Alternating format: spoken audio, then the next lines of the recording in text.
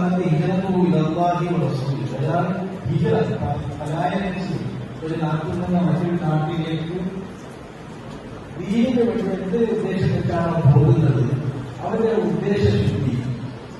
അപ്പൊ ഹിജറത്തു ഇലല്ലാഹി വറസൂലിഹി, അള്ളാഹുവിനെ കൂടിയും ഒന്നാം കാലത്ത് ഹിജറത്തു ഇലല്ലാഹി വറസൂലിഹി, അല്ലാഹുവിനെ ഹിജറ, അള്ളാഹുവിന് വേണ്ടിയും അള്ളാഹുവിന്റെ റസൂൽ ആ തവാഫിനെ കരുതിയിട്ട് ഒരാൾ പോവുകയാണെങ്കിൽ ഇപ്പൊ ഹിജറത്തു ഇലല്ലാഹി വറസൂലിഹി, ഹിജറ അള്ളാഹുവിലേക്കും അള്ളാഹുവിന്റെ റസൂലിനായി.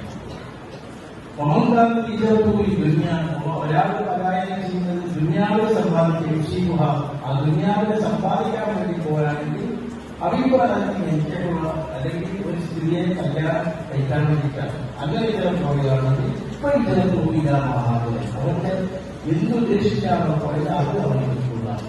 ദുനിയാവ് സംബന്ധിച്ചാണ് ദുനിയാവ് പെണ്ണിനെ കല്യാണം കഴിക്കാൻ വേണ്ടി ഒരാൾ പലായനം ചെയ്ത